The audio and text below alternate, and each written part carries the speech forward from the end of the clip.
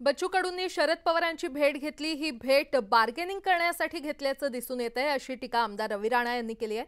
बच्चू कडूंनी मतदारसंघाचा विकास केला नाही, शेतकऱ्यांचे कोणतेच प्रकल्प मार्गी लावले नाहीत। मात्र निवडणुकीला महिनाभर उरलेला असताना मुख्यमंत्र्यांनी कडू यांना बरीच मदत केली।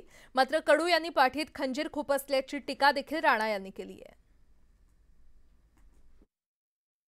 माझ्यासोबत अमरावती जिल्ह्यातील बंडरा मतदारसंघाचे आमदार रवी राणा आहेत। आपण रवी राणा यांच्याकडून जाणून घेणार आहोत। भाऊ, बच्चू कडू यांनी आज शरद पवारांची भेट घेतली, काल आक्रोश मोर्चा काढला, तुम्ही कसं पाहता याच्याकडे? शरद पवार साहेब हे महाराष्ट्राचे ज्येष्ठ नेते आहे, अनेक लोक त्यांना भेटायला जातात, पण मला असं वाटते की इलेक्शनच्या तोंडावर बच्चू कडूंनी जी भेट घेतली, नेहमीप्रमाणे कुठेतरी बार्गेनिंग करणे, कुठेतरी आपल्या पदरामध्ये काही मिळवणे। 33 महिन्याच्या सरकारमध्ये 13 खात्याचे मंत्री बच्चू कडू होते।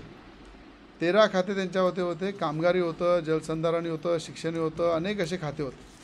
पण त्यांनी या जिल्ह्यामध्ये, या महाराष्ट्रामध्ये आणि स्वतःच्या मतदारसंघामध्ये जलसंधारणाचं कोणतं काम केलं? कामगाराला कोणता न्याय दिला? फिनले मिलचे कामगार आंदोलन करत होते तेव्हा ते मंत्री होते, कुठल्या प्रकारच्या त्यांनी फिनले मिलच्या संदर्भात किंवा अधिक रोजगारासंदर्भात कोणता प्रयत्न केला? आज तिथे शेतकऱ्यांच्या विषयावर ते मांडतात। आज पूर्ण अचलपूर मतदारसंघामध्ये संत्रा बागीत शेतकरी परेशान आहे। कुठला संत्रा प्रकल्प आणला? सोयाबीन कापूसचे शेतकरी परिस्थिती खराब आहे, त्यांच्यासाठी काही केलं? आज मला हे समजत नाही की 1 महिना इलेक्शनला राहिलेला आहे, एकनाथजी शिंदेंनी त्यांना काय नाही दिलं? त्यांचे वैयक्तिक किती कामं केले?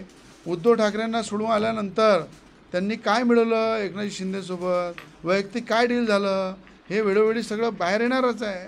तर हे सगळं करताना सरकारमध्ये राहून सरकारकडनं त्यांनी का काम करून घेतलं नाही? आता इलेक्शनच्या तोंडावर आदरणीय शरद पवार साहेबांना भेटणे, मुख्यमंत्र्यांना समुद्रात बुडवून टाकू अशा प्रकारचं वक्तव्य करणे, महायुतीच्या विरोधात बोलणे, मला असं वाटते कटप्पाची भूमिका बच्चू कडू घेत आहे। कटप्पासारखी पाठीत खंजीर खुपसण्याची भूमिका ही बच्चू कडूची नेहमी राहिली आहे। ते औरंगाबादच्या या रॅलीमध्ये सुद्धा दिसली। स्वतःच्या मतदारसंघामध्ये, लोकसभेमध्ये ज्या गावात त्यांचा जन्म झाला तिथं डिपॉझिट जप्त आहे। पहिले मला असं वाटतं की आपलं घर मजबूत केलं पाहिजे, आपल्या घरचा शेतकरी, शेतमजूर, कामगार, आदिवासी, सर्वसामान्य जनता याला न्याय दिलं पाहिजे। आणि संभाजीनगरमध्ये जाऊन तुम्ही फक्त काय करताय? ड्रामा करताय।